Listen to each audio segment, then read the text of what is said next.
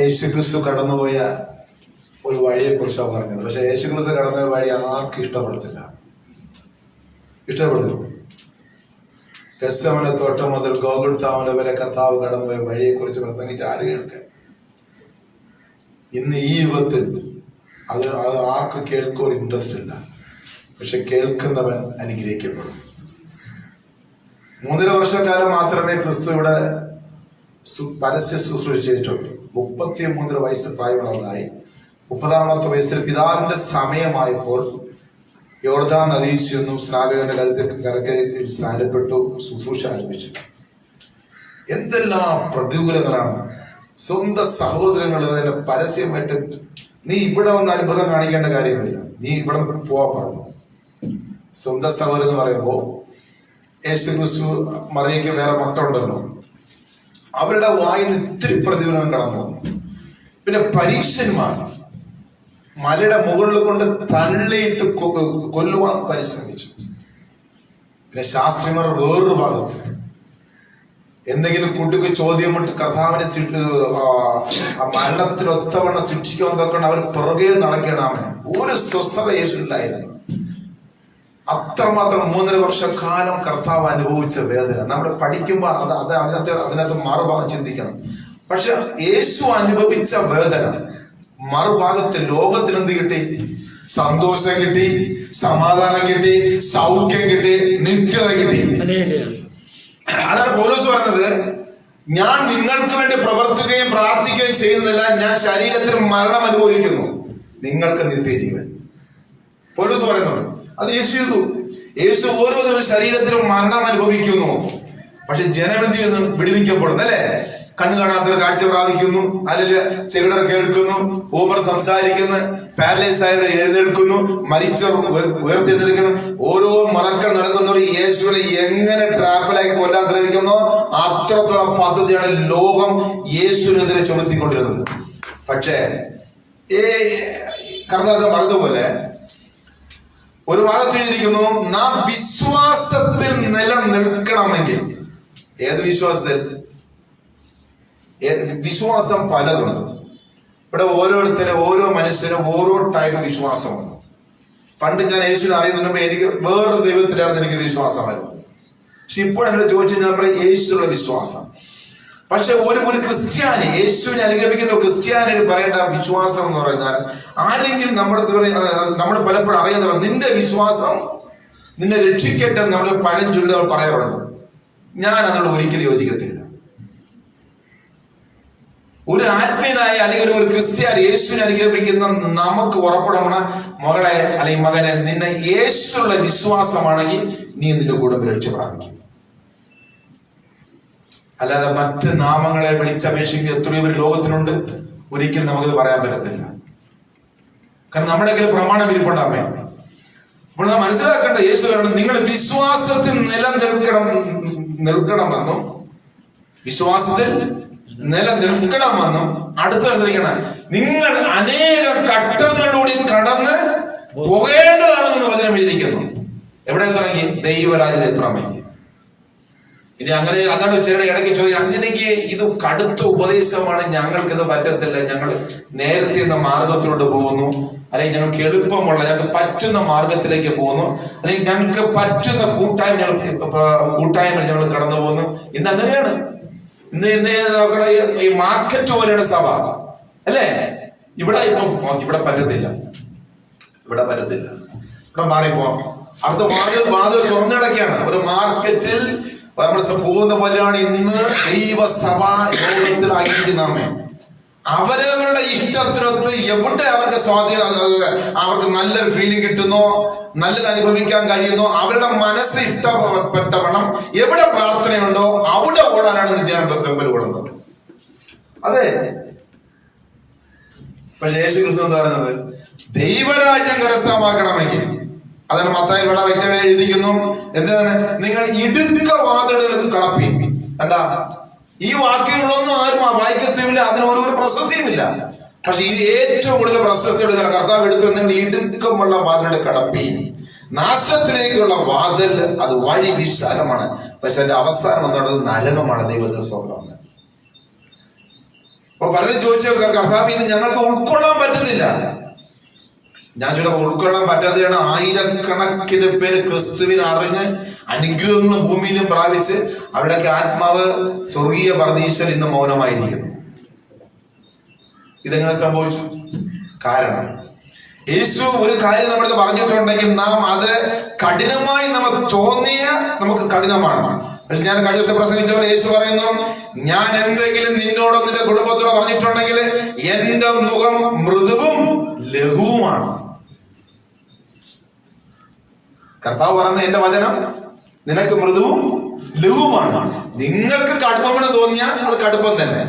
പക്ഷെ എന്നെ സംബന്ധിച്ചെന്നറിയോ, അത് കടുപ്പമല്ല. കാരണം പറഞ്ഞവൻ യേശുവാണ് അവൻ. അപ്പൊ നാം അതിനെ ഏൽപ്പിച്ചു കൊടുക്കുമ്പോ കർത്താവ് രണ്ടാമതാണ് എന്തായാലും ഈ വ്യക്തി വചനം കേട്ടു വന്നു. അവന് ഇത്രയൊക്കെ ആയിട്ട് പോലും, എന്റെ അനുഭവം അറിഞ്ഞിട്ട് പോലും ഇതിനകത്ത് പീഡയുണ്ട്, ഇതിനകത്ത് ഈ പ്രശ്നങ്ങളുണ്ട് അറിഞ്ഞിട്ട് പോലും ഇവൻ വന്നുവല്ലോ, നിന്നെ കൊള്ളാം. കർത്താവ് എന്ത് തരുമോ? ഒരു കൃപ അവന് കൊടുക്കും. എന്തിനാ ഈ കൃപ കൊടുക്കുന്നത്?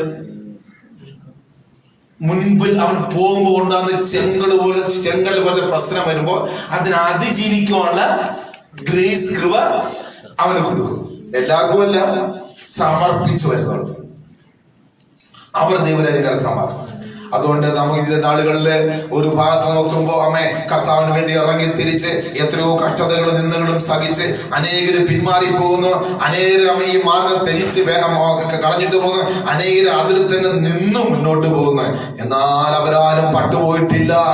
എന്നാൽ ഞാൻ പറയട്ടെ, അവരെല്ലാവരും ഈ ഭൂമിയിലും അവരുടെ തലമുറ അനുഗ്രഹിക്കുക മാത്രമല്ല, അവർ നിത്യതയെ കരസ്ഥമാക്കിയ ചരിത്രമേ ഉള്ള ദൈവത്തിന് സ്വന്തം. അവരല്ലേ പറഞ്ഞാട്ടെ, ഓക്കെ, അവരെ കുടുംബമായി അനുഗ്രഹിക്കട്ടെ. ഞാൻ അവർ വാക്കുകൾ ഞാൻ ചിന്തിച്ചുകൊണ്ടിരിക്കണം, അങ്ങനെ ആഗ്രഹിക്കുന്ന സമയം വേഗത്തിൽ പോകുന്നല്ലോ.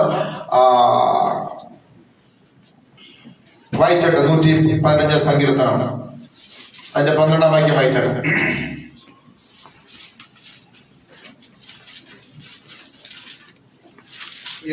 യഹോവ നമ്മെ ഓർത്തിരിക്കുന്നു, അവൻ അനുഗ്രഹിക്കും. യഹോവ നമ്മെ ഓർത്തിരിക്കുന്നു, ദൈവം നമ്മെ അനുഗ്രഹിക്കും. അവൻ ഇസ്രായേൽ ഗൃഹത്തെ അനുഗ്രഹിക്കും. അവൻ ഇസ്രായേൽ ഗൃഹത്തെ അനുഗ്രഹിക്കാം. അവൻ അഹരോൻ ഗൃഹത്തെ അനുഗ്രഹിക്കും. അവൻ അഹരോൻ ഗൃഹത്തെ അനുഗ്രഹിക്കാം. അവൻ യഹോവഭക്തന്മാരായ ചെറിയവരെയും വലിയവരെയും അനുഗ്രഹിക്കും. അവൻ യഹോവഭക്തന്മാരായ ചെറിയവരെയും വലിയവരെയും അനുഗ്രഹിക്കാം. യഹോവ നിങ്ങളെ മേൽക്കുമേൽ വർദ്ധിപ്പിക്കട്ടെ. അല്ലെ പറഞ്ഞാട്ടെ. എത്ര നേരം നമ്മൾ കേട്ടത് ക്രിസ്തുയേശുവിന്റെ സത്യ സുവിശേഷം അതേപടി അവർ വരച്ച് കാണിച്ചു തന്നു. നമ്മൾ ദഗ്ഗിരിയെ നമ്മൾ കേട്ടു കഴിഞ്ഞാൽ. എന്നാൽ ഇപ്പോൾ കർത്താവിന്റെ ആത്മവാദാസി എടുത്ത ദൂതെന്നാണ്, ഞാൻ വേറൊരു ദൂതാണ് എന്റെ ഹൃദയം തന്നിരിക്കുന്നത്. ഞാൻ ഇപ്പോൾ ഇതെന്ന് സംസാരിക്കാനാണ് എന്നെ ഇപ്പോൾ കർത്താവ് പ്രേരിപ്പിക്കുന്നത്. ഇവിടെ എഴുതിയിരിക്കുന്നത് യഹോവ നമ്മെ അനുഗ്രഹിക്കും. ആ വിഷയം നമ്മെ അനുഗ്രഹിക്കും. രണ്ടാമത് എഴുതിയിരിക്കുന്നത് എന്താണ്? അവൻ ഇസ്രായേൽ ഗൃഹത്തെ അനുഗ്രഹിക്കും. ഒരു ബ്ലെസ്സിങ്ങിന്റെ പട്ടികയാണ് കർത്താവ് രാവിലെ നമ്മൾ പറഞ്ഞു കേൾപ്പിച്ചത്. അവിടെ എന്താ എഴുതിയിരിക്കുന്നത്? അവൻ അഹരോൻ ഗൃഹത്തെ അനുഗ്രഹിക്കും. 12 ഒന്നാമത്തെ വായിച്ചട്ടെ. യഹോവ നമ്മെ ഓർത്തിരിക്കുന്നു. അതെ, യഹോവ നമ്മെ ഓർത്തിരിക്കുന്നു. ദൈവത്തിന്റെ സ്തോത്രമേ. ഇന്ന് ഈ പകൽ സമയം കർത്താവിനെ ആരാധിപ്പാൻ വില കൊടുത്തു വന്ന ചെറിയവരെയും വലിയവരുടെ ദൈവത്തിന്റെ ആത്മാവ് ഇടപെടുന്നു. ദൈവം നിങ്ങളെ ഇന്ന് ഓർത്തിരിക്കുന്നേ. നിങ്ങൾ ഏതൊക്കെയോ വിഷയത്തിലൂടെ നിങ്ങൾ കടന്നു പോകുന്ന ദൈവത്തിന്റെ സ്തോത്രമേ. രോഗത്തിന്റെ അവസ്ഥയായിരിക്കാം, കുഞ്ഞുങ്ങളെ കുറിച്ചുള്ള ബുദ്ധിമുട്ടായിരിക്കാൻ, എന്ത് വിഷയമായിരുന്നാലും ആത്മാവ് ഇടപെടുന്ന പ്രിയ സഭയെ എന്റെ ദൈവം പറയുന്നു, ഞാൻ എന്റെ മക്കളെ ഞാൻ ഇന്ന് ഓർത്തിരിക്കുന്നു. അതെ, ഉൽപ്പത്തി 8:1 പെട്ടെന്ന് വായിച്ചട്ടെ. ഉൽപ്പത്തി 8:1.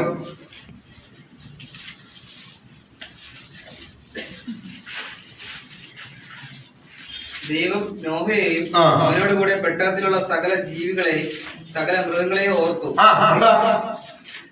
ദൈവം നോഹയെയും നോഹയുടെ കൂടെയുള്ള അവർ 8 പേരെയും പിന്നെ പെട്ടകത്തിലുള്ള സകല മൃഗങ്ങളെ ഓർത്തിരിക്കണം. ഞാൻ പലപ്പോഴും പറയുന്നതാണ്, ഓർക്കുമ്പോൾ എന്നെ മാത്രം ഓർക്കത്തില്ല, ഓർക്കുമ്പോൾ നിങ്ങളെ നിങ്ങളെ മാത്രം ഓർക്കത്തില്ല, നിങ്ങളുടെ സിറ്റുവേഷന് മുഴുവനെ ഓർത്ത് ആമേൻ ഇടത്തും വലത്തും അല്പം പോലെ ലേശം പോലെ മാറ്റിവെക്കാതോണം നിങ്ങളായിരിക്കുന്ന മുഴുവൻ ചുറ്റുവട്ടാരത്തെ ഓർത്ത് അനുഗ്രഹിക്കുന്ന ദൈവമാണ് ഇന്ന് പകൽ സമയം നമ്മുടെ നടുവിൽ വന്നിരിക്കുന്നത്.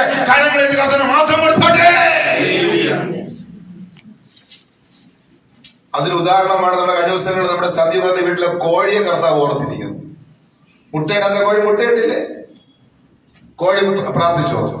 ഇല്ല. പ്രാർത്ഥിച്ചാലാണ് അവരാ പ്രാർത്ഥിച്ചത്. അപ്പനമ്മ കുഞ്ഞുങ്ങളെ പ്രാർത്ഥിച്ചു.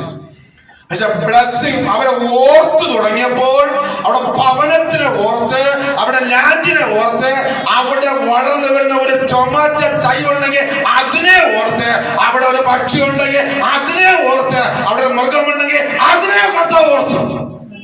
ബ്ലെസ്സിങ് വരുമ്പോ ഇങ്ങനെയാണ്.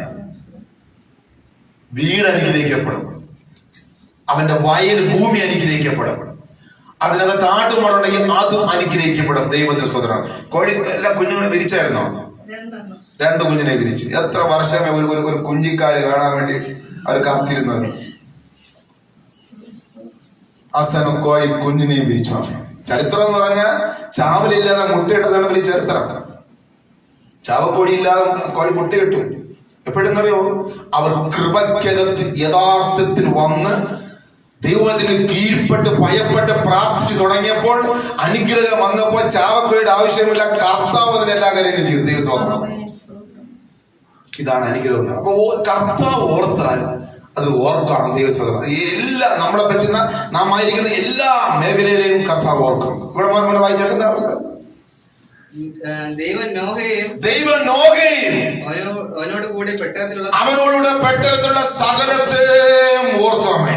നമുക്കറിയാം, ചില നാളുകളായി അവ ഉൽപ്പത്തി പുസ്തകത്താമെ ആരംഭിച്ച ആദാമിന്റെ കാലഘട്ട ശേഷം ലോകത്തെ മുഴുവനെയും ആമേ ജലപ്രളയത്തിൽ ജനത്തിന്റെ പാപം നിമിത്തം നശിപ്പിക്കുവാൻ തുടങ്ങുന്ന തീരുമാനമെടുത്തു. എന്നാൽ ആമോസ് ഇപ്രകാരം എഴുതിയിരിക്കുന്നു, ഞാൻ ഭൂമിയിൽ എന്തെങ്കിലും കാര്യങ്ങൾ ചെയ്യുവാനിരിക്കുന്നുവെങ്കിൽ എന്നെ സേവിക്കുന്ന ഒരു കൊച്ചു ഭക്തൻ ഭൂമിയിലുണ്ടെങ്കിൽ ഞാൻ ആദ്യം അവനെ അറിയിക്കും. പക്ഷെ അന്നത്തെ കാലഘട്ടത്തിൽ ജീവിച്ചിരുന്ന ഭക്തൻ നോഹയായിരുന്നു. ലോകം മുഴുവൻ ആ കാലഘട്ടത്തിൽ പാപം ചെയ്തു. ദൈവത്തിന് പോലും സഹിക്കാൻ പറ്റാത്ത പാപത്തിന്റെ നിലവിളി സ്വർഗത്തിലേക്ക് ഉയർന്നപ്പോൾ ദൈവം മുഴു ലോകത്തെ നശിപ്പിക്കുവാൻ ഇറങ്ങി വന്നപ്പോൾ നോക്കിയപ്പോ ഇതാ ഒരുവൻ എനിക്ക് വേണ്ടി നിലകൊള്ളുന്ന ഒരുവനുണ്ട് എന്ന് മനസ്സിലാക്കി ആ ഒരുവൻ എന്ന് പറയുന്ന രോഗിയോടുകൂടി ദൈവാത്മാവ് സംസാരിച്ചു. അവനോട് അവനോട് പറഞ്ഞ രോഗേ, ഞാൻ ഈ മുഴു ലോകത്തെ നശിപ്പിക്കുവാൻ പോകുന്നു. ഞാൻ പറയുന്ന പോലെ നീ പെട്ടകം ശരിയാക്കുക, നീയും നിന്റെ കുടുംബവും അതിനകത്ത് കയറുക. മാത്രമല്ല പക്ഷികളിലും മൃഗങ്ങളിലും ഓരോ ജോഡി നീ കളക്ട് ചെയ്ത് അതിനകത്ത് ആക്കുവാന്നുള്ള ദൈവത്തിന്റെ പ്രമാണം അനുസരിച്ച് നോഹയുടെ ദൈവം പറഞ്ഞതുപോലെ നോഹ കൃത്യമായി ചെയ്ത ദൈവത്തിന്റെ സ്തോത്രമേ. എന്തിനാണ് ഇത് ചെയ്യാൻ കാര്യം? മനുഷ്യനെ നല്ല പ്ലാനോടുകൂടിയാണ് കർത്താവ് നിർമ്മിച്ചത്. പക്ഷെ മനുഷ്യന്റെ പാപത്തിന്റെ ബഹുത്വ നിമിത്തം ദൈവത്തിന് സഹിക്കാൻ കഴിയാതെ വണ്ണം ജലപ്രളയം കൊണ്ട് മുഴുവൻ ലോകത്തെയും കർത്താവ് നശിപ്പിച്ചാണ്. എന്നാൽ കൃപയാൽ ഒരുവൻ ഭൂമിയിലുണ്ടെങ്കിൽ, കുടുംബത്തിനകത്ത് ഒരു ഭക്തൻ ഉണ്ടെങ്കിൽ, യേശുവിനെ സ്നേഹിക്കുന്ന യേശുവിനെ ആരാധിക്കുന്ന ഒരുത്തരുടെ കപ്പലിനകത്തുണ്ടെങ്കിൽ, ഒരു പടകിനകത്തുണ്ടെങ്കിൽ, ആ കുടുംബം അവൻ നിമിത്തം രക്ഷ പ്രാപിക്കണമേ. അവനെ ഓർക്കും കർത്താവ്. യോബിനെ ഓർത്ത് അവന്റെ സ്നേഹിതന്മാരെ കർത്താവ് വിടുവിച്ചു. അവിടെ എഴുതിക്കുന്നുണ്ട്, യോബിനെ ഓർത്തിട്ടാണ് അവന്റെ സ്നേഹിതന്മാരെ വിടുവിച്ചത്. അങ്ങനെ പ്രാർത്ഥിക്കുന്ന ഒരു ഭക്തൻ അല്ലെ ഒരു സഹോദരൻ വീട്ടിനകത്തുണ്ടെങ്കിൽ നിങ്ങളെ വാസ്തവമേ കർത്താവ് ഓർത്ത് ഒന്നിന് ആ പട്ടണത്തിൽ അല്ലെങ്കിൽ നിങ്ങളുടെ കുടുംബതലത്തിൽ വരുന്ന അനർത്ഥത്തെ ദൈവം നിനക്ക് മനസ്സിലാക്കി തന്ന് അതിന് വേണ്ടി ഇടവീന്ന് പ്രാർത്ഥിക്കുമ്പോൾ അതിനൊരു നീക്കുപോക്ക് ഉണ്ടാകും. ദൈവത്തിന് സ്വന്തമാണ്. എനിക്ക് ഇത്ര അനുഭവം ഉണ്ടായിട്ടാണ്. പക്ഷെ ഇവിടെ മുഴുത്ത പാപം കാരണം ദൈവം പറഞ്ഞു, ഞാൻ ഭൂമിയെ മുഴുവൻ നശിപ്പിക്കുവാൻ പോകുന്നു. ശേഷം നോഹയാണ് നിലവിളിച്ചത്. പിന്നെ നോഹയുടെ കർത്താവ് പറഞ്ഞു, നിനക്ക് വേണ്ടപ്പെട്ട അവന്റെ ഭാര്യ, 3 മക്കൾ, മക്കൾക്ക് നോക്കിയിരിക്കുന്ന പുരുഷന്മാർ. ആമേ. അങ്ങനെ 8 പേരാണ് ഈ പെട്ടകത്തിനകത്ത് കടക്കുവാൻ ദൈവം അനുവാദം കൊടുത്തത്. പക്ഷെ അനുവാദം എല്ലാവർക്കും ഉണ്ടായിരുന്നു. നോക അന്നേ വളരെ ഉച്ചത്തിൽ ആകുന്നിടത്തോളം അമേൻ ഒരു വലിയ അനർത്ഥം വരുവാൻ പോകുന്നു, ഒരു വലിയ മഴ വരുവാൻ പോകുന്നു, നിങ്ങൾ എല്ലാവരും ഒന്ന് പെട്ടകത്തിൽ കയറുവിൻ. ഒരു മനുഷ്യൻ പോലും അത് കേൾക്കത്തിലാണ്. അന്ന് നോക ശക്തമായി വിളിച്ചു പറഞ്ഞു. അപ്പൊ എല്ലാവരും നോക്കുന്നു. അനേകരാമേ നോക ഈ പെട്ടകം ശരിയാക്കുമ്പോൾ തന്നെ എത്രയോ ദിവസം എടുത്ത് പലരും വന്നിട്ട് കളിയാക്കിയിട്ടൊക്കെ പോകും. അത് കളിയാക്കി, നീ എന്തിനാ ചെയ്യുന്നത്? അതൊരു വലിയ മഴ വരും, ഒരു വലിയ ദൈവത്തിന്റെ ഒരു ന്യായവിധി വരുവാൻ പോകുന്നു, നിനക്ക് വേണമെങ്കിൽ വന്ന് ഇതിനകത്ത് കയറാം. ഓ, അതാരും കേട്ടില്ല. കാരണം അന്ന് ലോകത്ത് മഴ പെയ്യുന്നതിന് മുൻപ് മഴ എന്നുള്ള സാധനം പെയ്തിട്ടില്ല. അപ്പോൾ ഞാൻ ചോദിക്കട്ടെ, മഴ എന്നുള്ള സാധനം പെയ്തിട്ടില്ല, നിങ്ങൾ കണ്ടിട്ടുമില്ല. അപ്പൊ ഞാൻ വന്നിട്ട് സിസ്റ്ററെ നാളെ മഴ ഭയങ്കരമായിട്ട് വെള്ളം ഓടുന്നു വരും. ഓ, അവർക്ക് അറിയില്ല. പക്ഷെ അവർ വിശ്വസിച്ചില്ല. വിശ്വസിക്കാതെ ഏറ്റെടുക്കാതെ അവർ അവരുടെ സ്വന്തം വഴിക്ക് പോയി. പക്ഷെ പിന്നത്തേല് പറഞ്ഞത് എന്ത് സംഭവിച്ചു? മഴ പെയ്തു, അല്ലെ? മഴ പെയ്തു. ഇതേപോലെയാണ് യേശു വരും വരും വരുമെന്ന് ഇന്ന് നമ്മൾ എന്ത് ചെയ്യുന്നു? പറഞ്ഞുകൊണ്ടിരിക്കുന്നതാണ്. പക്ഷെ എന്ത് ചെയ്ത്? ഓ, എവിടെ യേശു വരാൻ വേണ്ടി? യേശു ഭൂമിയിൽ വന്നു, മരിച്ചു, അടക്കപ്പെട്ടു, ഉയർത്തെഴുന്നേറ്റു. കർത്താവ് പറഞ്ഞു, ഞാൻ പോകുന്ന പോലെ ഞാൻ വേഗം വരുന്നു പറഞ്ഞു. പക്ഷെ ഇവിടെ അന്നു മുതൽ ഇന്ന് വരെ അവന്റെ ദാസന്മാർ കൊട്ടിഘോഷിച്ചുകൊണ്ടിരിക്കുന്നു, പോയതുപോലെ യേശു രണ്ടാമത് വരും. ആര് വിശ്വസിക്കാണ്? അപ്പൊ അന്ന് മഴ വരുമെന്ന് നോക വളരെ എത്രയോ മാസങ്ങൾ കൊണ്ട് അവ പെട്ടകം പണി ആരംഭിച്ച മുതലും അത് തീരുന്നവരെ നോക ശക്തമായി പറഞ്ഞുകൊണ്ടിരിക്കുന്നു. പക്ഷെ ആരും ഉൾക്കൊണ്ടില്ല. വന്നപ്പോഴാണ് പെട്ടകത്തിന് വാതിലടച്ച് മഴ പെയ്ത് വെള്ളം ഭൂമിയിൽ നിറഞ്ഞ് പെട്ടകം വെള്ളത്തിന് മുകളിലേക്ക് ചലിക്കാൻ തുടങ്ങിയപ്പോഴാണ് അനേകർ ഓടി വന്ന് പെട്ടകത്തിന് ഔട്ട് സൈഡ് ഒന്ന് തട്ടുവാൻ തുടങ്ങി. നോക്കേ, ഒന്ന് വാതിൽ തുറന്നതാ. ഒരു രക്ഷയില്ല. അന്ന് ജീവിച്ചിരുന്ന കണക്കൊന്നും പറഞ്ഞിട്ടില്ല. എന്റെ ഉദ്ദേശമാണ് 100 കോടി ജനമുണ്ടെങ്കിൽ 100 കോടി ജനം നോക കുടുംബത്തിന് പോയിട്ട് മുഴുവൻ ജനത്തിനെ കർത്താവിനകത്ത് മുക്കിക്കൊന്നു നടന്നു. ദൈവജനത്തിന് വലിയ പരിപാടി എന്ന് പറഞ്ഞാൽ അന്ന് ഏറ്റവും വലിയ പർവ്വതം ഉണ്ടായിരുന്നു.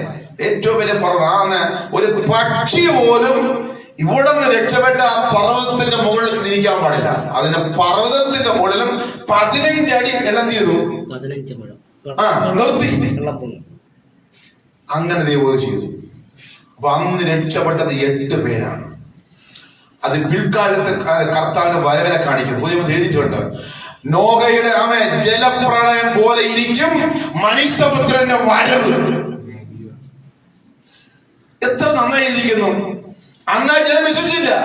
വിശ്വസിക്കുന്ന സകല ജനവും അന്ന് പട്ടുപോയതുപോലെ ഇന്ന് പകൽ സമയം യേശുക്രിസ്തുവിന്റെ വരവിന് ഞാൻ നിങ്ങൾ വിശ്വസിച്ച് അതിന് ഒരുങ്ങിയില്ലെങ്കിൽ അന്ന് സംഭവിച്ച പോലെ സംഭവിക്കുമെന്ന് ഈ പുതിയ നിയമത്തിൽ വളരെ വ്യക്തമായി എന്റെ കർത്താവ് എടുത്തു പറയുന്നു. കാരണം വേറെ എഴുതിയിരിക്കുന്നത് അത് ഈ നോയുടെ കാലഘട്ടത്തിൽ സംഭവിച്ചത് ദൃഷ്ടാന്തമായി നിങ്ങളുടെ കൺമുമ്പിൽ ഇരിക്കുന്നുവല്ലോ, നിങ്ങൾ കേട്ടുവല്ലോ. എന്നിട്ടും നമ്മൾ യേശു വിശ്വസിച്ചില്ല എങ്കിൽ, എന്നിട്ടും നമ്മൾ കർത്താവ് അയ്യോ വരുമെന്നുള്ളത് വിശ്വസിച്ചില്ല എങ്കിൽ അയ്യോ കേട്ടോ. അതുകൊണ്ട് മനസ്സിലാക്കണം ആമേ, നമ്മുടെ വിഷയം വേറെ എന്തോ കർത്താവ് ഇങ്ങനെ പറഞ്ഞുകൊണ്ട് കയറി വന്നത്. എന്റെ ബന്ധുക്കളെ, എന്തൊക്കെ ഇവിടെ പറഞ്ഞിരുന്നാലും എന്തൊക്കെ ഉണ്ടെന്ന് പറഞ്ഞിരുന്നാലും ആ സഭാപ്രസംഗി ലാസ്റ്റ് അതെടുത്ത സഭാപ്രസംഗിയാണെന്ന് സഭാപ്രസംഗി ലാസ്റ്റ് അധ്യായത്തിന്റെ ആ ലാസ്റ്റ് വാക്യം ഒന്ന് വായിച്ചാട്ടെ. ഇവിടെ നമുക്ക് എന്തൊക്കെ ഉണ്ടെന്ന് പറഞ്ഞാലും, എത്ര വലിയ കുടുംബമായിരുന്നാലും, എത്ര ആസ്തി ഉണ്ടായിരുന്നാലും, എത്ര സഭ, എത്ര മെമ്പേഴ്സ് ഉണ്ടായിരുന്നാലും ശരി തന്നെ, കർത്താവിന്റെ വരവിന് നാം ഒരുക്കപ്പെട്ട് എടുക്കപ്പെട്ടില്ല എങ്കിൽ അതെല്ലാം ശൂന്യമായി പോകും. അതുകൊണ്ട് ഇനിയുള്ള നാളുകൾ എപ്പോഴാണ് കർത്താവ് ഏത് സമയത്ത് വരുവാൻ തക്കവണ്ണം ലോകം സജ്ജമായി കൊണ്ടിരിക്കുന്നു. ലോകത്ത് അതിന്റെ പ്രവർത്തികൾ വെളിപ്പെട്ടുകൊണ്ടിരിക്കുമ്പോ അറിയുന്ന വിശ്വാസികളും അറിയാത്തവർ കേൾക്കുന്നവര് വേഗത്തിൽ ഒരുങ്ങിയാട്ടെ. ഇവിടെ എന്തൊക്കെ സമ്പാദിച്ചാലും ഇവിടെ എന്തൊക്കെ ഉണ്ടായിരുന്നാലും ഇതെല്ലാം ഇട്ടേച്ചു പോകുന്ന ഒരു ദിവസം ഇതാ ആസന്നമായിരിക്കുന്ന നോഹയുടെ കാലഘട്ടത്തില് മഴ വരുമെന്ന്, ജലപ്രളയം ഉണ്ടാകുമെന്ന് ദൈവം പറഞ്ഞിട്ടുണ്ടെങ്കിൽ അത് സംഭവിച്ചുവെങ്കിൽ പുതിയ കാലഘട്ടത്തിൽ യേശു ദൈവം പറയുന്നു, എന്റെ കർത്താവ് വേഗം വരും. അവനെ എതിരേൽക്കുവാൻ നീ ഒരുങ്ങിക്കൊള്ളുക. യേശുവിനെ എതിരേൽക്കുവാൻ നീ നിന്റെ കുടുംബം ഒരുങ്ങിക്കൊള്ളുക.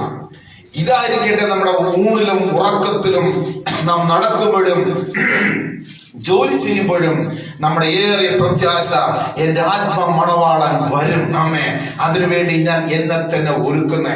ഇന്ന് രാവിലെ ഞാൻ എൻ്റെ അവിടെ ഹോസ്പിറ്റലിൽ ഞാൻ പ്രാർത്ഥിച്ച പ്രാർത്ഥന, കർത്താവേ, ഞാൻ എൻ്റെ പ്രിയപ്പെട്ടടുത്ത് തോളിൽ ചെന്ന് കൈയിട്ട് ഞാൻ പ്രാർത്ഥിച്ച്, ഞാൻ ആ പ്രത്യാശ, അമ്മേ, എൻ്റെ ആത്മമണവാളൻ എന്തുവന്ന് ഞങ്ങളെ ചേർക്കുന്നു. ഞാൻ എൻ്റെ പ്രിയപ്പെട്ട ഷോൾഡറിൽ കൈവച്ചിട്ട് ആ റൂമിൽ ഞാൻ ഇന്ന് രാവിലെ പ്രാർത്ഥിച്ചാണ്, താവേ, നിന്റെ വരവിൽ എന്താണ് കർത്താവെ ഞാൻ എടുക്കപ്പെടും. ആ പ്രത്യാശയുടെ ഹൃദയത്തിൽ വർദ്ധിപ്പിച്ചിട്ടുണ്ടെങ്കിൽ ഞാൻ പ്രാർത്ഥിച്ചിട്ടാണ് ഇതിനകത്ത് ഓടിയത്. അതൊക്കെ ചിന്തിക്കുമ്പോൾ ഭയങ്കര കാര്യമാണ്. അത്രമാത്രം ദൈവം ഞങ്ങളെ സ്നേഹിച്ചു. പട്ടുപോകേണ്ട ഞങ്ങളായിരുന്നു, തകർന്നു പോകേണ്ട ഞങ്ങളായിരുന്നു. ആ കാൽവരി ക്രൂശിന്റെ സ്നേഹം ഞങ്ങൾ എൻ്റെ കുടുംബത്തിൽ വീണില്ല എന്നുണ്ടെങ്കിൽ, അവിടെ ചൊരിഞ്ഞ ഒരു തുള്ളി രക്തം, ആ രക്തത്തിൽ ഒരു തുള്ളി എൻ്റെ കുടുംബത്തിൽ വീണില്ലായിരുന്നെങ്കിൽ ഞങ്ങൾ തകർന്നു പോകുമായിരുന്നു. എന്നാൽ ആ രക്തം വീണതാണ് ഞങ്ങളത് ജീവിച്ചിരിക്കുവാനും ഈ പ്രത്യാശയോട് പ്രസവിപ്പാനും ആയിരിക്കാനും കാരണമാമേ. സഭാപ്രസി വായിച്ചേട്ടെ, ലാസ്റ്റ് വായിക്കാം. എല്ലാത്തിന്റെ സാരം അതാണ് എല്ലാത്തിന്റെ സാരം നിന്ന് കേൾക്കുക.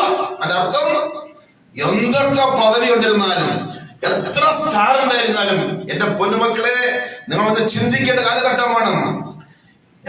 അതൊക്കെ ആ അനുഗ്രഹത്തിന്റെ ഏറ്റവും ടോപ്പിൽ ഇപ്രകാരം ഒരു വാക്യം എഴുതിയിരിക്കുന്നു. ഭൂമിയിലെ എത്ര തന്നെ അനുഗ്രഹത്തിന്റെ എത്ര തന്നെ വലുപ്പമായിരുന്നാലും അതിന് ഏറ്റവും ടോപ്പിൽ എഴുതിയിരിക്കുന്ന ഒരു വാക്യമാണ്. എന്താണ്? എല്ലാത്തിന്റെ എന്റെ മക്കളെ, എല്ലാത്തിന്റെ സാരം കേൾക്കുക. എല്ലാത്തിന്റെ സാരം കേൾക്കുക. കോടി രൂപ ഇരിക്കട്ടെ, കോടി എന്ത് തന്നെ ആയിരിക്കട്ടെ, അതിന്റെ മുകളിലിരിക്കുന്ന വാക്യമാണ്. എന്താണ്? എല്ലാത്തിന്റെ സാരം നീ കേൾക്കുക. ദൈവത്തെ ഭയപ്പെട്ട് ദൈവത്തെ നീ ഭയപ്പെടുക. അവന്റെ കൽപ്പനകളെ പ്രമാണിച്ചു കൊള്ളുക. അതാകുന്നു സകല മനുഷ്യർക്കും വേണ്ടുന്നത്. എങ്ങനെ ഇരിക്കുന്നു? സകല മനുഷ്യന് വേണ്ടുന്നത്.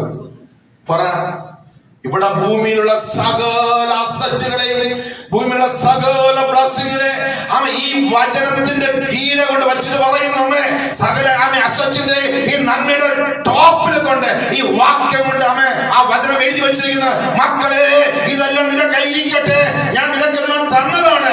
എങ്കിലും നിന്റെ കണ്ണും മനസ്സും ഹൃദയവും അതിനകത്താകരുത്. ഇതാ എഴുതിയിരിക്കുന്നത്, എല്ലാവരുടെയും സാരം ദൈവത്തെ ഭയപ്പെടുക, അവന്റെ വഴി നടക്കുക, പ്രമാണിച്ചുകൊള്ളുക. ഇതെന്താണ്? എല്ലാം ഇത് സകല മനുഷ്യർക്കും വേണ്ടുന്നത്. ഇത് ഒരു മനുഷ്യനല്ല, അതാകുന്നു. അതാ നമുക്ക് എല്ലാവർക്കും വേണ്ടുന്ന വചനമാണ്. ഈ തിരുവചനത്തിൽ ആ മധ്യഭാഗത്തൊരു വാക്യമാണ്. നിങ്ങൾ ഹൃദയത്തെ കുറിച്ചിട്ടാണ്. എത്ര ഉയർത്തും തോറും, എത്ര നന്മ തരും തോറും ആ നന്മയുടെ മുകളിൽ കൊണ്ട് ഈ വാക്യം കൊണ്ട് വെക്കണം. നിങ്ങൾ അനുഗ്രഹിക്കും തീർച്ചയായും എല്ലാവരും അനുഗ്രഹിക്കും. കർത്താവ് അനുഗ്രഹിച്ചുകൊണ്ടിരിക്കുന്നു. ഇനി നിങ്ങൾ അനുഗ്രഹിക്കുമ്പോഴും ഈ റെഫറൻസ് എന്ത് ചെയ്യണം? ടോപ്പിൽ കൊണ്ടുവയ്ക്കണം. അപ്പൊ ആദ്യം ഏത് കാണണം? ഇതിനെ കാണണം. എന്നിട്ട് വേണം ആ താഴെ ഇരിക്കുന്ന അസറ്റ് നമ്മൾ ഹാൻഡിൽ ചെയ്യേണ്ടത്. അപ്പൊ നമുക്കൊരു ഭയം ഉണ്ടാകും. അല്ലെങ്കിൽ നോയുടെ കാലഘട്ടത്തിൽ പട്ടുപോയതുപോലെ പോകേണ്ടി വരും. ഓക്കെ, ഇവിടെ എന്താ എഴുതിയിരിക്കുന്നത്? നോഗയെ തിരിച്ചു വന്നാട്ടെ, നോഗയെ കുടുംബത്തിനെ ഓർത്തു. അങ്ങനെയെങ്കിൽ സങ്കീർത്തനത്തിൽ വളരെ വ്യക്തമായി നമ്മൾ രാവിലെ കേട്ടു, തന്റെ ജനത്തിനെ ഓർക്കുന്നൊരു ദൈവമാണ്. ഈ ദുഷ്ടലോകത്തിൽ ആ 8 പേരെ കർത്താവ് രക്ഷിച്ചുവെങ്കിൽ ഇനി വരുവാനിക്കുന്ന കാലഘട്ടത്തിൽ സുവിശേഷം കേട്ട് രക്ഷിക്കപ്പെട്ട് സ്നാനപ്പെട്ട് വിശുദ്ധിയിൽ ജീവിച്ച് ദൈവഭയത്തിൽ ജീവിച്ച് കർത്താവിന്റെ വരവനായ പ്രത്യാശയോടെ കാത്തിരിക്കുന്ന സകല മനുഷ്യരും അന്ന് രക്ഷ പ്രാപിക്കുന്ന ദൈവത്തിന്റെ സ്തോത്രം. ഉറപ്പായ കാര്യമാണ്. അന്ന് മഴ പെയ്തുവെങ്കിൽ യേശു മസ്റ്റായിട്ട് വരും.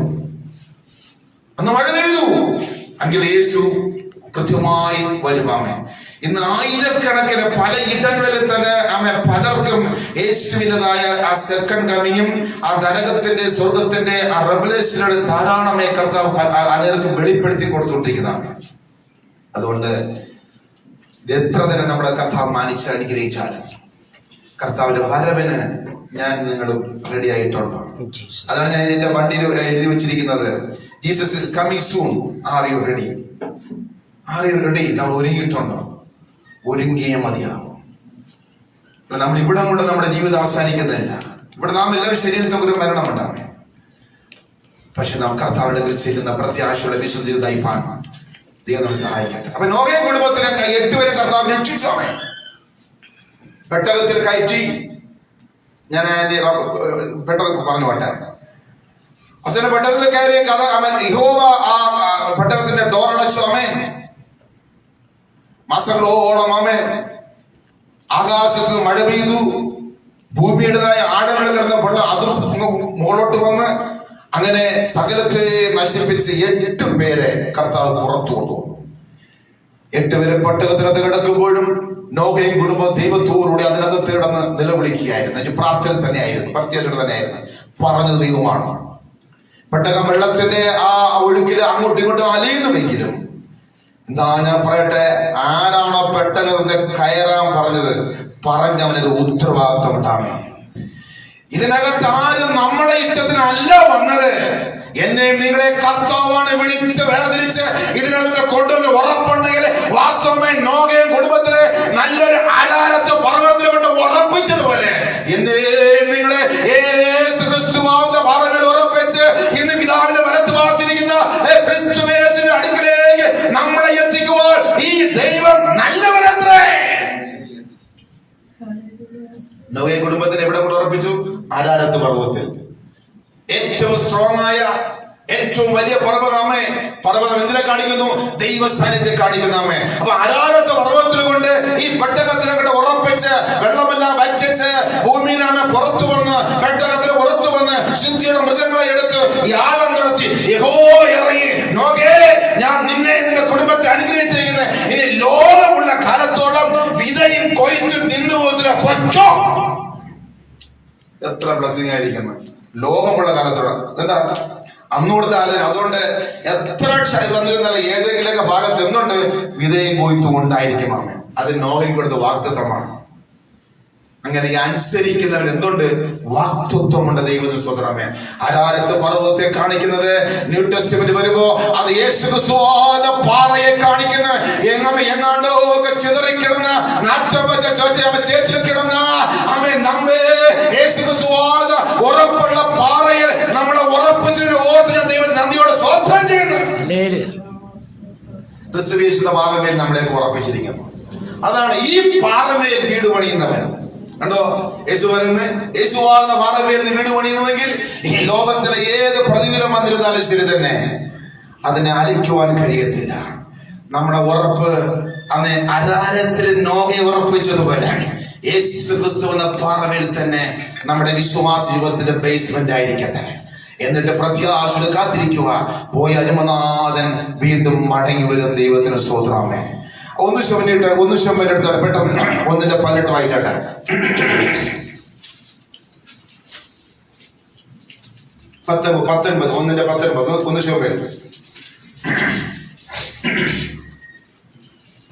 അനന്തരം അവർ അധികാരത്തെ എഴുന്നേറ്റ് യഹോവയുടെ സന്നിധിയിൽ നമസ്കരിച്ച ശേഷം രാമയിൽ തങ്ങളുടെ വീട്ടിലേക്ക് പോയി.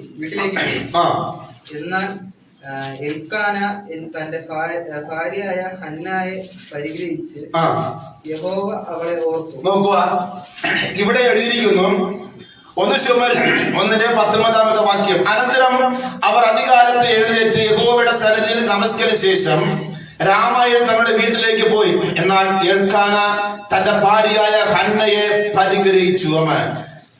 യഹോവ അവളെ ഓർത്തു. ഇന്ന് പകൽ സമയം നിങ്ങളെ ഓർക്കും. ഇതിനകത്തിരിക്കുന്ന കർത്താവിനെ ആരാധിക്കാൻ കടന്നു വന്ന പ്രിയ മക്കളെ, നിങ്ങളെ നിങ്ങളുടെ അവസ്ഥകളെ കർത്താവ് ഓർത്തിരിക്കുന്നു. ഏത് വിഷയത്തോടെയാണ് കർത്താവിന് ഒരുപക്ഷെ നിങ്ങളുടെ ഹൃദയത്തിൽ ഭാരമുണ്ടായിരിക്കാം. ചിലപ്പോൾ ഇന്ന് ആരാധന ശേഷം നിങ്ങൾ ചില മറുപടികൾ നിങ്ങൾ കാത്തിരിക്കാം, ചില വിടുതൽ നിങ്ങൾ കാത്തിരിക്കണം. നാളെ ആയിരിക്കാം ആമേൻ. ഇതെല്ലാം മാറ്റിവെച്ചുകൊണ്ട് ഇതിനകത്തുള്ള ജീവിതമേ നിനക്കൊരു ബ്ലെസ്സിംഗ് ഉണ്ട്. നിന്നെ, നിന്റെ കുടുംബത്തെ, അവസ്ഥകളെ ഓർക്കുന്ന ദൈവമാണ്. വാഴ്ത്തവിടെ നമ്മുടെ കർത്താവ്. ആ കർത്താവ് ഇതിനകത്ത് വന്നിട്ട് പറയുന്നു, ഞാൻ നിന്നെ ഓർത്തിരിക്കുന്നു. പെട്ടകത്തിന് കയറിക്കൂടിയ നോഹയെ കുടുംബത്തിനെ ഓർത്തു. ഹന്ന ഒരു കുഞ്ഞില്ലാതെ വളരെ ഭാരപ്പെടുന്നു. എങ്കിലും അവളെ പ്രാർത്ഥന മുടക്കിയില്ല. നിത്യ യെരൂശലേമിൽ ആരാധനയ്ക്ക് നിത്യം പോയിക്കൊണ്ടിരുന്നു. അവൾ ഇത്തിരി നിന്ന് സഹിച്ചു, ഇത്തിരി കട്ടങ്ങൾ സഹിച്ചു, അപമാനങ്ങൾ സഹിച്ചു. എങ്കിലും പ്രാർത്ഥന മുടക്കിയില്ല, ആരാധന മുടക്കിയില്ല. നിത്യ യെരൂശലേമിന് ഉത്സവത്തിന് കൃത്യമായി പോയിക്കൊണ്ടിരുന്ന തക്ക സമയമായപ്പോൾ അവൾക്കൊരു തലമുറയെ കൊടുക്കുവാൻ യഹോവ അവിടെ ഓർത്തുവെങ്കിൽ നിങ്ങളുടെ തക്ക സമയത്തിനും നിങ്ങളുടെ വിഷയത്തിനും മറുപടി തരുവാൻ ഈ ദൈവം വലിയവനത്തിന് അവൻ നിങ്ങളെ ഓർക്കട്ടെ എന്ന് പ്രാർത്ഥിക്കുന്നു. ഇന്നലെ നടന്ന സംഭവം ആശുപത്രിയുടെ പേര് പറയുന്നില്ല, കാര്യം പുറത്ത് മോശമൊന്നുമില്ല. ഞങ്ങളെ ക്രിസ്റ്റലുമായിട്ട് ചെന്ന് രോധയൊക്കെ ഉണ്ടായിരുന്ന അവിടെ ചെന്ന് രോധയ്ക്ക് ഞങ്ങളെ ആ റൂമിന്റെ താക്കോല് പൂട്ടിക്കൊണ്ട് കൊടുക്കാൻ സമയത്ത് രോധ അവിടെ ലേബർ റൂമിന്റെ ഫ്രണ്ടിലാണ് നിൽക്കുന്നത്, ഒരു ഹോസ്പിറ്റൽ. അപ്പൊ ഞാനിവിടെ പോയപ്പോൾ തന്നെ അവിടെ ഒരു മാതാവ് പ്രാർത്ഥിച്ചിരുന്നു. ഉള്ളുകൊണ്ട് എന്തൊരു പൊലിമിക എനിക്ക് മനസ്സിലെ പ്രാർത്ഥന. എന്നെ കണ്ടു ഞാൻ കൈയെടുത്ത് ഇങ്ങനെ കുമ്പിട്ട് ഞാൻ ദൈവം അനുഗ്രഹിക്കണമെന്ന് പറഞ്ഞു. അപ്പൊ എന്നിട്ട് ഞങ്ങളെ താക്കോല് രോധയുടെ ഏൽപ്പിച്ചിട്ട് ഞാൻ എന്റെ പ്രിയപ്പെട്ട അടുത്ത ശുശ്രൂഷയ്ക്ക് ഞങ്ങള് അവിടെ ഇറങ്ങിയായിരുന്നു. തിരിച്ച് ഞാൻ അങ്ങനെ വന്നതിന് ശേഷം രോധ ഞങ്ങളുടെ അടുത്തൊരു കാര്യം പറഞ്ഞത്, അച്ഛാ പപ്പ ഇന്നൊരു സംഭവം നടന്നെന്ന് ചോദിച്ചു. പപ്പ അവിടെ ലേബർ റൂമിനകത്ത് വരുമ്പോ ഒരു സഹോദരി പ്രാർത്ഥന കണ്ടെന്ന് കേട്ടു. ഞാൻ ഇവിടെ കണ്ടെന്ന് പറഞ്ഞു. അയ്യോ പപ്പ, എല്ലാവർക്കും ഒരു അതിശയമായിരുന്നു. ഞാൻ എന്താ ചോദിച്ചത്? പപ്പ, സാധാരണ ഒരു കുഞ്ഞിനെ പ്രസവിച്ച് ലേബറിന്ന് പുറത്തുണ്ടെന്ന എന്തായിരിക്കും അപ്പുറത്തുള്ള ഒരു അന്തരീക്ഷം എന്തായിരിക്കും? എന്തായാലും ചോദിച്ചത് അല്ലേ? സന്തോഷമാണെന്നുള്ളത് അത് സ്വീകരിച്ച് വാങ്ങുന്ന ഉടനെ മെസ്സേജിയുടെ ഫോട്ടോ ഒക്കെ എടുത്ത് ചെയ്യുന്നതല്ലേ. പക്ഷേ ആ അമ്മയും കുട്ടിയുടെ അമ്മയും കുട്ടിയുടെ ഭർത്താവ് എന്തോ 5 പേര് ആക്സിഡന്റ് മരിച്ച കണക്കാണ് അവിടെ ഉള്ളത്. ഒരു സന്തോഷവുമില്ല. പിന്നിടയ്ക്ക് ആരോ വിളിച്ച് ചോദിക്കുന്നു, പ്രസവം കഴിഞ്ഞോ? ആ, പ്രസവിച്ച് കാണാം. കുഞ്ഞെന്താണ്? അത് പറയുന്നില്ല. അപ്പൊ അമ്മയുടെ ചോദിക്കുന്നു, അമ്മ എന്താ ഫോൺ വരുന്നത്? അമ്മയും ഒരു മരിച്ച വീട് പോലെയാണ്. ഒരു മരിച്ച വീട് എങ്ങനെ ഇരിക്കും? ആ ഒരു ഫീലിംഗ് ആണ് അമ്മയിലും മരുമോനും കണ്ടത്. സംഭവം നോക്കുക. അപ്പോ കുഞ്ഞിനെ കൊണ്ട് അമ്മയുടെ കയ്യിൽ കൊടുത്ത് ഈ ഭർത്താവ് കുഞ്ഞിനെ നോക്കാൻ പോകുന്നില്ല. അമ്മ എടുത്തു. എല്ലാം മുഖമൊക്കെ വാടിയിരിക്കുന്നുണ്ട്. പക്ഷെ കുഞ്ഞിനെ അപ്പൊ കൊണ്ടുവന്ന നേഴ്സ് ചോദിച്ചു, എന്താ നിങ്ങൾക്കൊരു സന്തോഷമില്ലേ? അപ്പൊ പറഞ്ഞ് ഒന്നും മിണ്ടുന്നില്ല. അപ്പോഴാണ് അമ്മയുടെ വായെന്ന് പുറത്തിടുന്നത്, ഞാൻ 2 തൊട്ടിലാണ് ഞാൻ മാതാവിന് ഞാൻ വാങ്ങിക്കൊടുത്ത ഒരു പെൺകുഞ്ഞിന് വേണ്ടി. മനസ്സിലായോ? 2 തൊട്ടില് ഞാൻ മാതാവിന് നേർച്ച കൊടുത്തിരുന്നു. എന്തിനു വേണ്ടി? പെൺകുഞ്ഞിന് വേണ്ടി. കിട്ടിയത് എന്താണ്? ഇതാണ് സംഭവം. എങ്ങനെ ഇരിക്കുന്നത്? ഇവരുടെ അപ്പനും അമ്മയാണ്. ഈ കുഞ്ഞുങ്ങളെ കൊടുക്കുന്ന ദൈവമല്ലേ? കാരണം 2 പ്രസവത്തിൽ 2 ആൺകുഞ്ഞുങ്ങളാണ്. 2 ആൺകുഞ്ഞുങ്ങൾ ഓൾറെഡി ഉണ്ട്.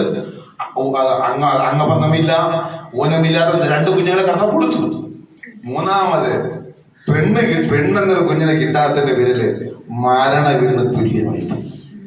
ഇത് പറഞ്ഞപ്പോ ഞാൻ ചിന്തിച്ചു, ഈ കുഞ്ഞിനെ ഇവര് എങ്ങനെ ഒരു ശപിക്കപ്പെട്ടവനല്ലേ കുഞ്ഞിനെ കാണത്തുള്ളൂ. ഇപ്പം സർക്കാർ ഒരു കാര്യം ചെയ്ത് ഈ എന്താ ആൺപെൺ തിരിച്ചറിഞ്ഞത് എന്താ പറഞ്ഞ ഇതുണ്ടല്ലോ ഡോക്ടർ, അങ്ങനെ സിസ്റ്റം നിർത്തി വെച്ചിരിക്കുന്നില്ല. നമുക്കിപ്പോ ഇന്ത്യയിൽ പാടില്ലല്ലോ ലിംഗം ആണാണ് പെണ്ണാണെന്ന് അങ്ങനെ നേരത്തെ ഉണ്ടായിരുന്നു. ഇപ്പൊ അത് പാടില്ലല്ലോ. അപ്പൊ ഒരു നേരത്തെ അങ്ങനെ സിസ്റ്റം ഉണ്ടായിരുന്നെങ്കിൽ എന്ത് ചെയ്യും? കുഞ്ഞാൽ കൊന്നുകളയാൻ വരും. ഇത് കഴിഞ്ഞ ദിവസം നടന്ന സംഭവമാണ്. അതുകൊണ്ട് ഈ കേൾക്കുന്ന ആരെങ്കിലും മക്കളെ തരം ദൈവമാണ്. ഊനമില്ലാത്ത കുഞ്ഞിനെ തന്നില്ലേ? എത്രയോ പേർക്ക് ഊനമുള്ള കുഞ്ഞുങ്ങളാവട്ടെ അവനവർ ഭാരപ്പെടുന്നു. പക്ഷെ അവരുടെ സങ്കടം ഇതാണ്. ഇത് പറയുന്നത് ഇനിയും എത്രയോ സ്ഥലം കേൾക്കട്ടെ. ദൈവമാണ് തരുന്നതിന് 2 കൈ നീട്ടി വാങ്ങണം. ഇവിടെ ആരോ പ്രസംഗിച്ച് ദൈവം നന്മയായിരുന്നാലും തിന്മയായിരുന്നാലും തരുന്നത് അവിടെന്നെങ്കിൽ വളർത്തുകൊണ്ട് അവന് ശക്തനാണ്. കഴിഞ്ഞ ദിവസം എനിക്കറിയാം, ഞാനൊരു കുട്ടിയെ ചെന്ന് കണ്ടു.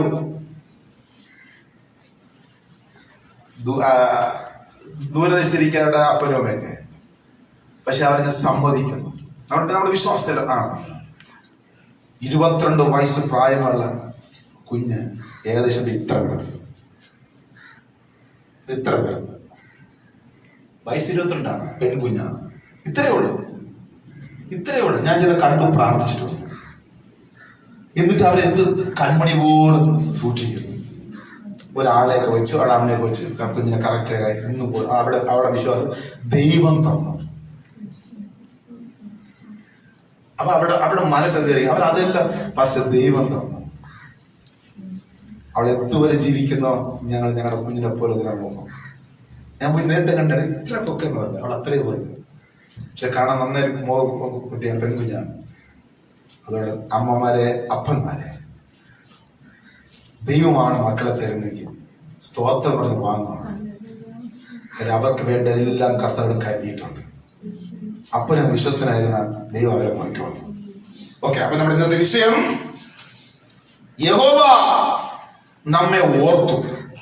അവിടെ താഴെയിരിക്കുന്നു, ചെറിയവരെയും വലിയവരെയും ഒരേപോലെ അനുഗ്രഹിക്കുന്ന നമ്മുടെ ദൈവം. ഞാൻ ഇന്ന് പകൽ സമയം എന്നെയും നിങ്ങളെയും നമ്മുടെ എല്ലാ സാഹചര്യങ്ങളെയും കർത്താവ് ഓർത്ത് ഇന്ന് തന്നെ വലിയ കാര്യങ്ങളെ നമുക്ക് വേണ്ടി ചെയ്യുവാൻ നമ്മുടെ വാഴ്ത്തപ്പെട്ട കർത്താവ് നമ്മുടെ നടുവിൽ വന്നതിനായ സ്തോത്രം. കരുതി കർത്താവ് മൊത്തം കൊടുത്താട്ടെ.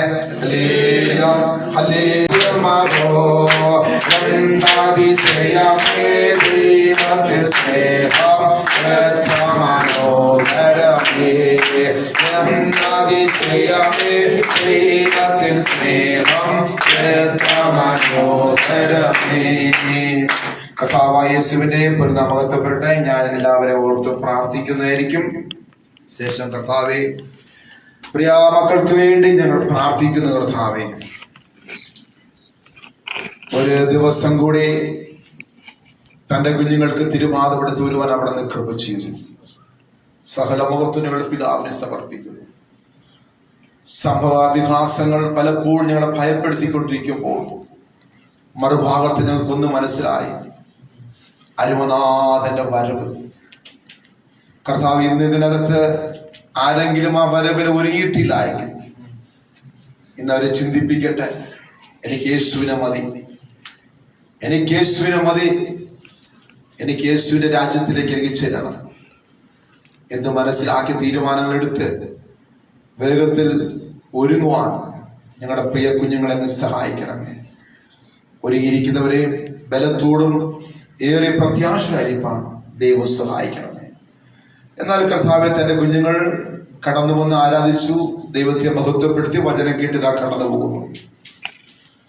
എന്നാൽ ഈ ദിവസങ്ങൾ അവർക്ക് ഇത്തിരി ആവശ്യങ്ങൾ അവിടെ മുൻപിലുണ്ട്. കുടുംബം, കുടുംബ ജീവിതങ്ങൾ, തലമുറകൾ, ഉപജീവന മാർഗങ്ങൾ, വിദ്യാഭ്യാസം, യാത്രകൾ. കർത്താവെ, അങ്ങനെ പലവിധമായ കാര്യങ്ങൾ തന്റെ കുഞ്ഞുങ്ങൾ കൊണ്ട് കർത്താവെ, അവിടെ എല്ലാം അവിടുത്തെ കൃപയും സാന്നിധ്യം കൂടെ ഇരിക്കണം. കർത്താവെ, ഓരോ ദിവസവും തന്നെ കുഞ്ഞുങ്ങൾക്ക് ആവശ്യമായ ആത്മീയ ഭൗതികമായ മന്ന തന്റെ മക്കൾക്ക് കൊടുക്കണമെന്ന് പ്രാർത്ഥിക്കുന്നു. ഒരു സാക്ഷ്യത്തിലൂടെ ചിലർ വിടുതലിന്റെ കാര്യങ്ങൾ പറഞ്ഞു. ചിലർ കർത്താവെ, അവർക്ക് വിടുതൽ ആവശ്യമായിരിക്കുന്നു. സ്വർഗം ശ്രദ്ധ വെച്ച് കേട്ടു. യഹോവ ഭക്തന്മാർ തമ്മിൽ സംസാരിക്കുന്നത് കർത്താവ് ശ്രദ്ധ വെച്ച് കേട്ടു. തന്റെ കുഞ്ഞുങ്ങൾ ആലയത്തിനകത്തിരുന്ന് യാഗപീഠത്തിന് മുൻപാകെ കടന്നു വന്നു സ്വർഗത്തിലേക്ക് നോക്കി പറഞ്ഞ ഓരോ സാക്ഷ്യത്തിലും ദൈവത്തിന്റെ ആ ശബ്ദം, ആശ്വാസത്തിന്റെ മറുപടി തന്റെ മക്കൾക്ക് കൊടുക്കണമെന്ന് പ്രാർത്ഥിക്കുന്നു. അടുത്ത ഞായറാഴ്ചയാകുമ്പോ ഈ പ്രിയ കുഞ്ഞുങ്ങൾക്ക് ഇരട്ടി ആത്മാവിന്റെ ബലത്തോടും ആത്മീയ സന്തോഷത്തോടും കർത്താവെ ഒരു പുഷ്ടി പ്രാപിച്ച് കടന്നു വരുവാൻ അവിടെ നിന്ന് ഇവരെ സഹായിക്കണമെന്ന് പ്രാർത്ഥിക്കുന്ന കർത്താവെ, ആരെയും നിരാശയിലിട്ട് അയക്കരുതേ എന്ന് പ്രാർത്ഥിക്കുന്നു. ഒരു സമാധാനത്തോടെ, ഒരു കൊള്ള കിട്ടിയ സന്തോഷത്തോടെ നിറഞ്ഞ കവിത അനുഭവത്തിലേക്ക് അവരെ അനുഗ്രഹിച്ചയക്കണം എന്ന് പ്രാർത്ഥിക്കുന്നു. യഹോവ സിയോൻ നിങ്ങൾ അനുഗ്രഹിക്കുമാറാകട്ടെ. നിങ്ങളുടെ ആയുഷ്കാലമത്രേ നിങ്ങൾ യെരൂശലേമിലെ നന്മ കാണുമാറാകട്ടെ. കർത്താവ് നിങ്ങളെ അനുഗ്രഹിച്ച് കാക്കപ്പെടുമാറാകട്ടെ. കർത്താവ് അവിടുത്തെ മുഖപ്രകാശത്തിൽ പ്രകാശിക്കട്ടെ. കർത്താവ് അവിടുത്തെ മുഖം ഉയർത്തി നിങ്ങളെ അനുഗ്രഹിക്കട്ടെ. കർത്താവ് അവിടുത്തെ മുഖം ഉയർത്തി നിങ്ങൾക്ക് സമാധാനം തരട്ടെ. കർത്താവ് ആകാശത്തിലെ മഞ്ഞും ഭൂമിയിലെ വിശിഷ്ട ധാന്യങ്ങളായ എണ്ണയും വീഞ്ഞുകൊണ്ട് നിങ്ങളെ പരിപോഷിക്കട്ടെ. പടപ്പിന്മേൽ പ്രസാദിച്ച ദൈവത്തിന്റെ പ്രസാദം നിങ്ങളുടെ ശിരസ്സിന്മേലും നെറുകമേലും യേശു ക്രിസ്തുവിന്റെ നാമത്തിൽ വരുമാറാകട്ടെ. അനുഗ്രഹത്തോടെ ഇപ്പോൾ അയക്ക അടിയാൻ യഹോവയേ, മനസ്സലിയുടയ മഹോന്നത പരനേ, വന്ദനം നിനക്കാമേ. മനസ്സലിയുടയ മഹോന്നത പരനേ, വന്ദനം നിനക്കാമേ. പിതാവായ ദൈവത്തിന്റെ സ്നേഹം, പുത്രനായ യേശു ക്രിസ്തുവിന്റെ സമാധാനം, ആശ്വാസം നൽകുന്ന പരിശുദ്ധാത്മാവിന്റെ കൃപയും സാന്നിധ്യവും ഇന്നു മുതൽ എപ്പോഴും പ്രിയ മക്കളോടുകൂടെ കുടുംബത്തോടുകൂടെ എല്ലാ ആവശ്യങ്ങളുടെ മേലും ഉണ്ടായിരിക്കുമാറാകട്ടെ. അർക്കപ്പെട്ട കുഞ്ഞാടിന്റെ മഹത്വം കരയേറ്റാം. Hallelujah, hallelujah, hallelujah. കർത്താവായ യേശുവേ, വേഗം വരണമേ. ആമേൻ, ആമേൻ, ആമേൻ.